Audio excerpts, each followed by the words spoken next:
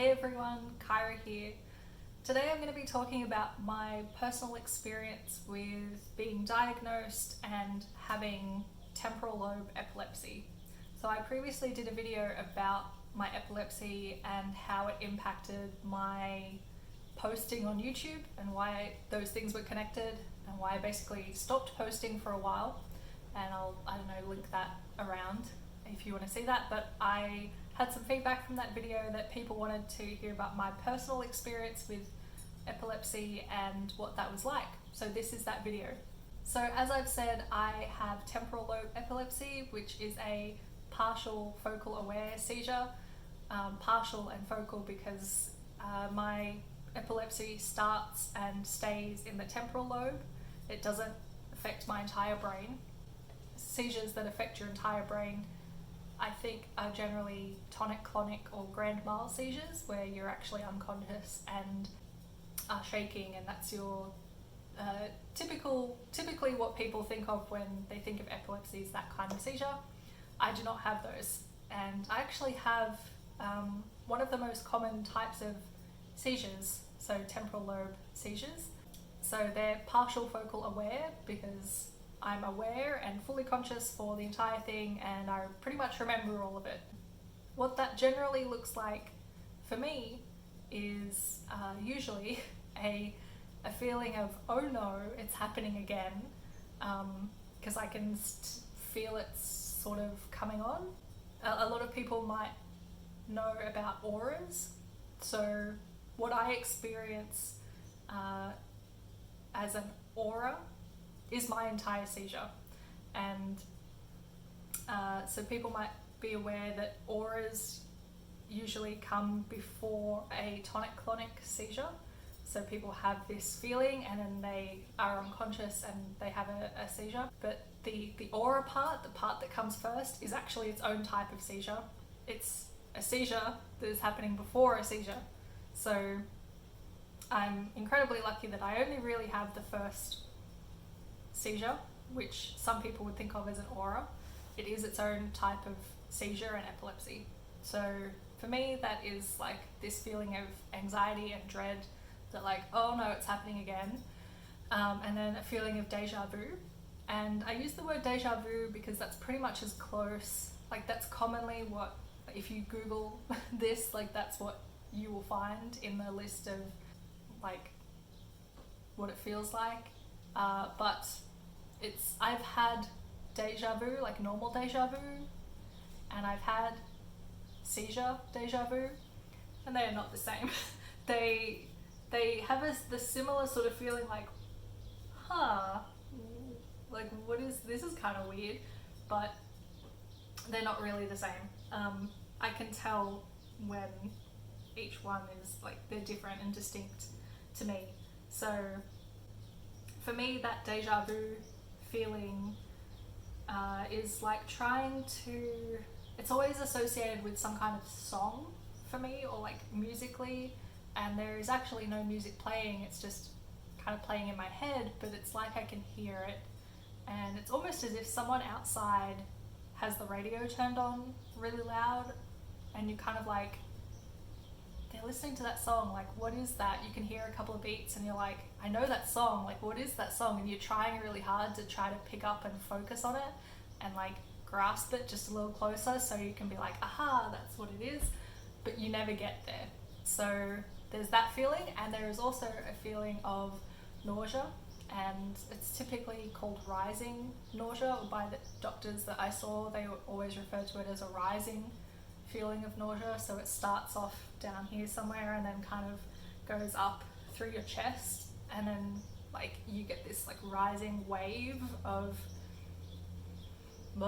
and then sometimes like a dizzy, disoriented feeling where things go a bit blurry and foggy around you and you're kind of like a bit spaced out and like, whoa. So this lasts for about 30 seconds to usually 2 minutes. For me, I think I used to time them and be like really fastidious about like I had a seizure app on my phone, so as soon as one started I would get the app out and start timing it. So I think mine were always generally about 40 seconds, 45 seconds. generally after that, it just kind of dissipates and you go, well, fuck, that was weird. And, you know, have a glass of water and sit down and try to like be calm and try to get on with your day. I started having these episodes, is what I kind of called them, back when I was doing my HSE, which is quite a stressful period in anyone's life. And I remember like being in the library during like study sessions and stuff like that and having these episodes and going like, oh God, and having to like sit down and like brace myself and being like, whoa, what is this? And one time there were other people around me who saw this happening to me and me being a bit like, whoa, and they were like, are you okay? Like, what's going on? And I was like, I don't know. But I went to the doctor. I was probably like 17 at the time. I went to the doctor and told them about this, and they basically said, there's not much we can do because it's happening so quickly for such a short amount of time that we can't test anything for it, which is a load of crap. And they basically said, if it gets worse or it's really bothering you, then come back and we'll see what we can do. Well, after that point, after I finished my HSE, it stopped. I have no idea why. It just kind of, I don't know whether it petered out or it just stopped abruptly, but it just didn't really happen anymore. And I kind of figured, you know, being a 17-year-old young woman, you always kind of downplay things for yourself. And at the time I was like, I guess it's not a big deal. I'll just pretend that never happened. I think maybe over the years it happened another couple of times, but not enough for me to stop and kind of realize that something was wrong and that I actually had to pursue this. Until in 2017, I started a new job, and it was, and is, because I'm still there, it's a fantastic job, and it gave me a much better like work-life balance. I didn't have to commute as far anymore. I could sleep in. The type of work was a lot less stressful than my previous job, like a lot less hectic, and so it was a really good change for me. But maybe like 2 or 3 months after I started this new job, I started having these episodes again. And it started off as being maybe like, you know, 1 or 2 and going like, oh, that's kind of weird, this thing is happening again. And then I think I posted on Reddit, some kind of subreddit, and was like, I'm having these weird symptoms, does anyone else get this? And a bunch of people replied and said like, you should go to the doctor, that sounds like a seizure, it sounds like seizure activity. And I was like, well, shit. Okay, I guess I'll go to the doctor. I went back to the same doctor who I had seen previously. He was still then my same doctor. He is not my doctor now. And he basically said, okay, let's start doing some tests. I went in for a CT scan. That came back clear. I did an EEG. That came back with interictal activity, which is like in between seizures activity. So they then started saying like, okay, it looks like you have, and sounds like from the symptoms you're describing, it sounds like you have temporal lobe epilepsy, but we can't 100% say for sure because we haven't got full evidence of it yet. So at this point I was like, oh God, and freaking out a little bit about what that meant. Over the time of being tested and seeing a neurologist and going through all of this stuff and doing a hell of a lot of Googling and all of that sort of thing, the seizures started to get more frequent and they started to get more intense. So I think it was probably 4 or 5 months that this kind of went on, and the seizures started to get worse and worse. So I went from having 1 every 2nd week to, at the very worst, I was having like 4 in a day, and maybe like for a couple of days a week. So maybe having like between 4 and 8 seizures a week. But there were particular days which were bad days where I was having multiple seizures in a day. It got to a point where I was so familiar with the feeling of having a seizure that I could wake up in the morning of just like any regular day and kind of go like, I think I'm gonna have a seizure today. Like I already feel not good. Like I feel like something is gonna happen. And then by the time I got to the bus stop to go to work, because at that point my neurologist had said like, it's probably not a good idea for you to drive. Like we don't know for sure that you have epilepsy, but it's probably not a good idea at this point to drive. So like by the time I got to the bus stop to go to work, I was standing at the bus stop having a seizure, or standing in the shower getting ready to go to work having a seizure, which having a seizure in the shower, having any seizure in the shower is not good. Anyone with epilepsy, particularly people who have tonic-clonic seizures, the kind where you lose consciousness, will tell you that being in the shower or near any body of water when you're having an epileptic episode or a seizure is not a good idea, because it's incredibly dangerous and you can die. Similarly with cars, like you wouldn't want to be having one in a car. I'm very lucky, like I said, that I am aware and conscious throughout my seizures, but temporal lobe seizures and other kinds of focalized and aware seizures can increase and develop into tonic-clonic seizures. So it's important that you manage them by things like medication.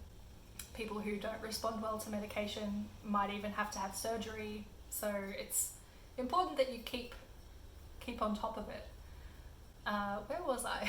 So yeah, it was gaining in intensity and frequency until I had a sleep-deprived EEG, and I had to stay awake for 24 hours, and then they, did the EEG, which is where they put all the little gel and electrodes on your head and monitor your brain waves. They do certain things like they get flashes in your eyes and then kind of watch the little monitor and see what your brain does, or they make you hyperventilate and then see what your brain does, and then they'll do that under different conditions. For the sleep deprived one, they did all of that, and then they were like, okay, now just lay down and sit here for 10 minutes or something. And I actually fell asleep because I'd been awake for so long. I didn't even realize until the guy came and like touched me on the shoulder and was like, you can get up now. And I was like, oh my God, hi. And he said, oh, you fell asleep and I can see that you've had a seizure. And I was like, well, fuck, okay. Now I know that for sure, like that's what it is.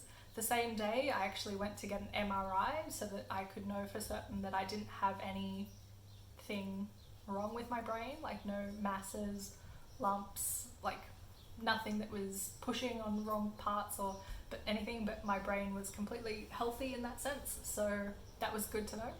Once I had that confirmation that it was temporal lobe epilepsy and I was having seizures, then I had to immediately start on medication, and I had to tell the Roads and Maritime Services that I had this condition, which then suspended my license officially, which felt fantastic. No, it felt horrible, and I feel like that's a whole other video about things. So basically I started taking medication, I stopped driving, I stopped having seizures, which was great. I'm one of those lucky people who responds really well to anti-epileptic medications. And it's been, gosh, probably like 4 years, almost 4 years since I've had a seizure. I haven't had one since then. I've since like changed medications, changed neurologists, changed GP, and anyone who has any kind of medical condition and has to see specialists and that sort of thing knows that it's important that you can communicate properly with those people, and that you find people who can communicate to you all of the challenges and nuances of particular things like medication.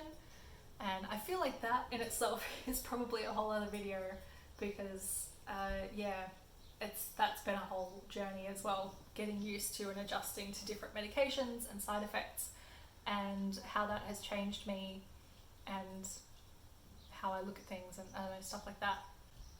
But anyway, I have since then not had any seizures. I've since also got my license back because my seizures are managed very well by medication, so that's great. Going through that diagnosis period was very scary. I cried a lot because I didn't know what was happening. I had people telling me, like, yeah, it's probably seizures, but it also could be migraines. And I was like, do migraines do that? Like, what? Like, investigating on the internet about other people's experiences, and I just wanted answers. Like, I just wanted somebody to tell me, this is what it is, and this is what you do next. And I didn't have that for several months, and it was very stressful. Yeah, now I know, and I manage it pretty well, and things are good. So, like I said, there are lots of different kinds of epilepsy, and everybody experiences it differently. I've even talked to people who have the same kind of epilepsy that I do, that it manifests in a completely different way, and it's very interesting to hear about how our brains are so complex and everyone is so different. So, of course, take this video with a big old pinch of salt, because this is my personal journey and experience with that diagnosis and this condition. I guess I hoped that this video would raise some awareness about how nuanced epilepsy is, and that it's not just being unconscious on the floor. There are parts of it that you do have to worry about a little and go, okay, I have to make sure that I'm doing the right thing for myself so that I'm okay. And people have to take care of themselves. So down below in the description box, I'm going to leave some links to first aid for epilepsy, if you are ever in that situation where someone around you is having a seizure, so you'll know what to do. And I'm also going to leave a link to Epilepsy Australia's donations. They're currently doing a walk for epilepsy, and you can donate money which will go towards epilepsy and awareness, and that would be great. So I'm going to leave those links down below. I guess that's the end of this video. If you have further questions, or if I've not covered something, or if you want to talk about this more, leave a comment down below and I'd love to chat about it. So thank you for watching this far, and I hope that you're well, and I guess I'll see you in the next one. Bye.